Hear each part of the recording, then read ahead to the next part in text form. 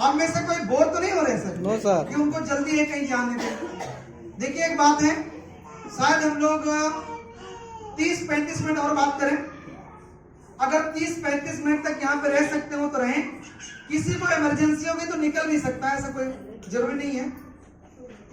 Yes yes, दीदी को जाने दीजिए, एक बार ताली हो जाए दीदी के लिए।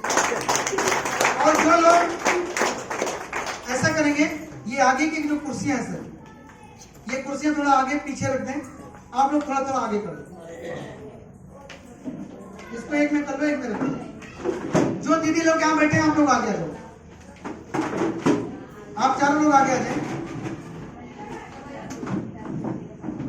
पीछे वाले थोड़ा सा आगे आ जाए। 2 मिनट का एक अभ्यास करेंगे, उसके बाद में हम लोग थोड़ी सी बात करेंगे कि ये बिजनेस काम करते हैं, केवल पैसे के लिए काम करते हैं, केवल पैसा। यस और नो? यस। लेकिन आज से 13 साल पहले मुझे ये बताया गया कि अगर उसी जॉब के साथ साथ में, उसी दुकान के साथ साथ में अगर इस बिजनेस को करो तो ये बिजनेस आपको क्या क्या दे सकता है, क्या कुछ मिल सकता है। अगर आप इन चीजों के बारे में थोड़ा सा जानेंगे, समझेंगे, रातों की नींद उड़ जाएगी, क्योंकि एक दिव्य जीवन इस बिजनेस के माध्यम से आपको मिल सकता है। मैं चाहूंगा ज्यादा नोट करने की जरूरत नहीं है, आप दिल में बिठाएं कि इस बिजनेस में हम आए क्यों। मैंने पहले ही बोला है, हेल्थ कार्ड के लिए बिजनेस में नहीं आना है, फूल माला के लिए बिजनेस में नहीं आना है, सम्मान मिलेगा इसके लिए नहीं आना है। एक स्वर्ग के जैसा जीवन आपको मिल सकता है, उसके लिए आना है। मैं 1 बाय 1 बात करूंगा कि ये बिजनेस आपको क्यों करना चाहिए।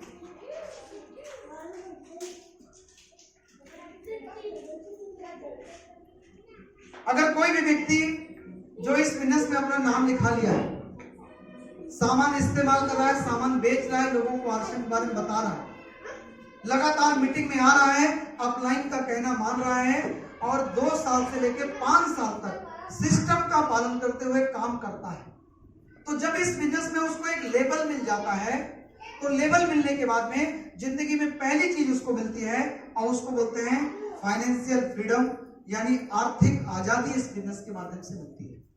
क्या मिलती है? एक बार सभी लोग बोले सर, क्या मिलती है? आर्थिक आजादी। हम लोग एक मिनट समझेंगे ये चीज क्या है।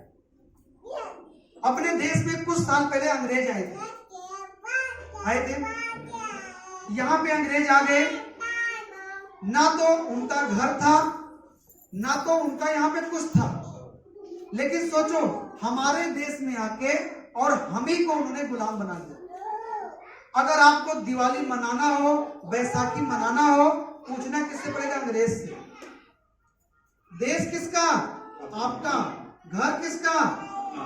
पूछना किससे पड़ा? गैर आदमी से। यानी अपना देश गुलाम हो गया था, राजनीतिक रूप से यहाँ पे गुलामी आ गई थी, अंग्रेजों ने गुलाम बना दिया था। एक बार सोच के देखो, देश अपना और पूछना हमसे किससे? किसी और से।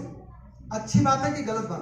गलत बात। हमारे देश के हमारे कुछ पूर्वज जिनको आप जानते हैं, महात्मा गांधी, सरदार भगत सिंह, चंद्रशेखर आजाद, गौर करिए, उस समय आपके दादाजी के दादाजी भी रहे होंगे, लेकिन उन्होंने फिर, लेकिन महात्मा गांधी ने, चंद्रशेखर आजाद ने, भगत सिंह ने सोचा कि केवल हमें अपने पेट के बारे में नहीं सोचना है, हमें देश के बारे में सोचना है। सोचो कितना गलत हो रहा है अपने देश में।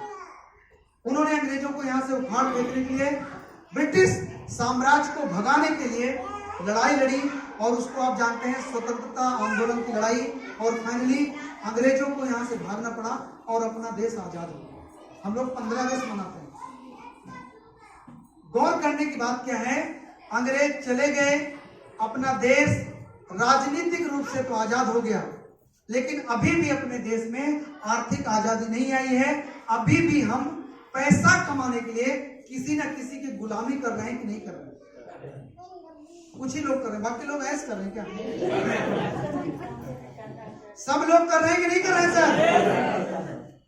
ध्यान दीजिए, आपके घर में आपकी मैडम को अच्छी साड़ी मिले, उनको अच्छा गहना मिले, आपके बच्चे अच्छे घर में अच्छे स्कूल में पढ़े, आपके बच्चे अच्छा कपड़ा पहने, यानी अपना जिंदगी जीने के लिए आपको और हमें सबको किसी ना किसी का गुलामी करना पड़ रहा है कि नहीं?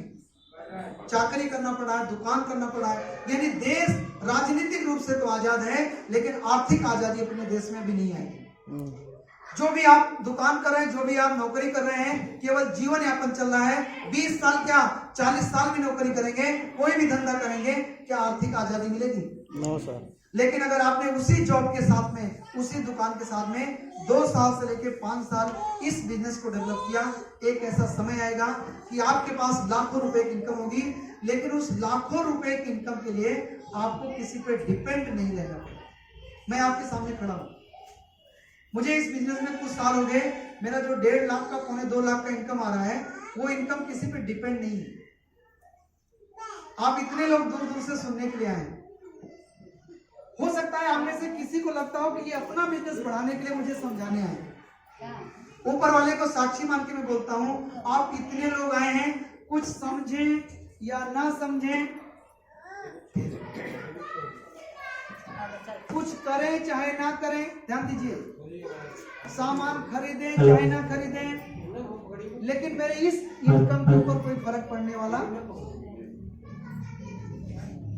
अभी कोविड का टाइम आया, कोरोना का समय आया,